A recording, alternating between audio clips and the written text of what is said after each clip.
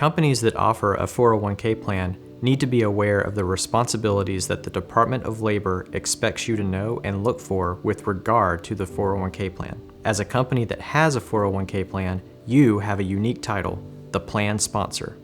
Due to the compliance requirements, it is common for plan sponsors to reach out to a service provider, which is considered a third-party administrator, for short, TPA.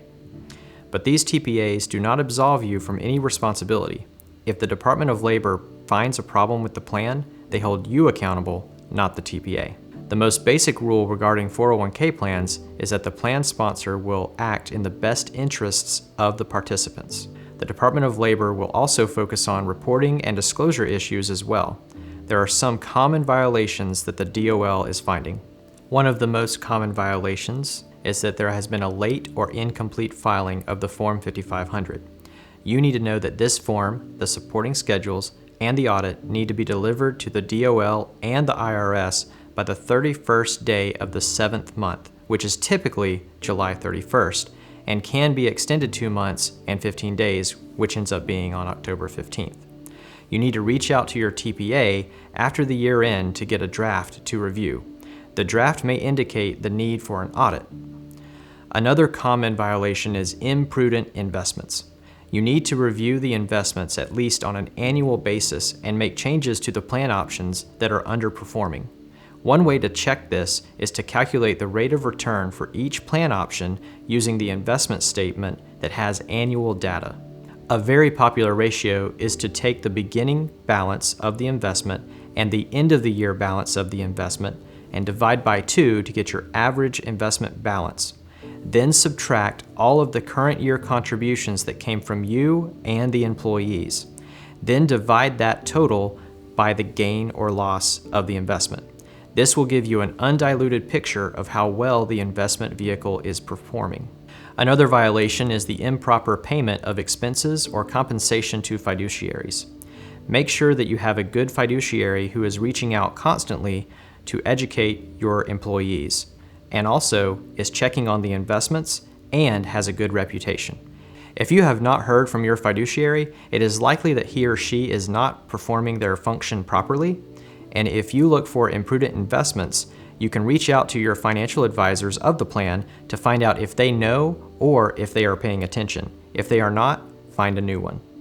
Another common violation is the prohibited transactions or self-dealing transactions. These transactions are prohibited by the DOL and constitute any type of payment that comes in or out of the plan that is not a contribution or a distribution. The most common problem and the easiest to handle problem is late deposits.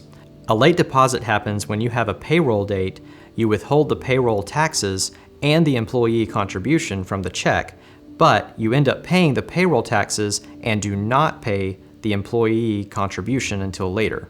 This is deemed a late deposit. The approximate wording here is as soon as feasibly possible to segregate, which means if you can segregate the funds for payroll taxes, you can segregate the funds for employee contributions.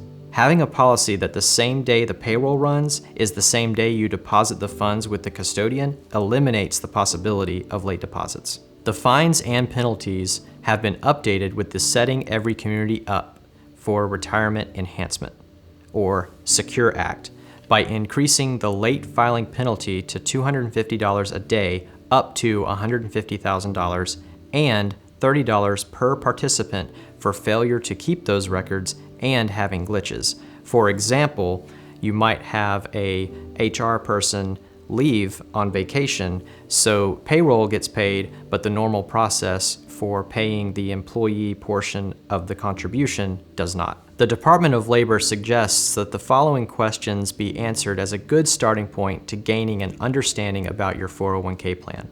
Have you identified your plan's fiduciaries, and are they clear about the extent of their fiduciary responsibilities? If participants make their own investment decisions, have you provided the plan and investment-related information participants need to make informed decisions about the management of their individual accounts? Have you provided sufficient information for them to exercise control in making investment decisions? Are you aware of the schedule to deposit participants' contributions in the plan?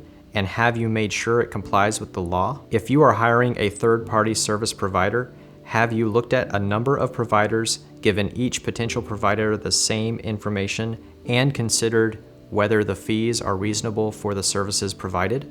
Have you documented the hiring process? Are you prepared to monitor your plan service providers? Have you identified parties in interest to the plan and taken steps to monitor transactions with them? Are you aware of major exemptions under ERISA that permit transactions with parties in interest, especially those key for plan operations, such as hiring a service provider and making plan loans to participants?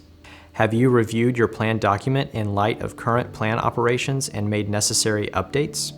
After amending the plan, have you provided the participants with an updated summary plan description or summary of material modifications?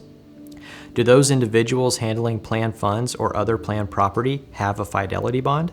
Answering the above questions will give you a good understanding of the 401k plan that you are providing your employees.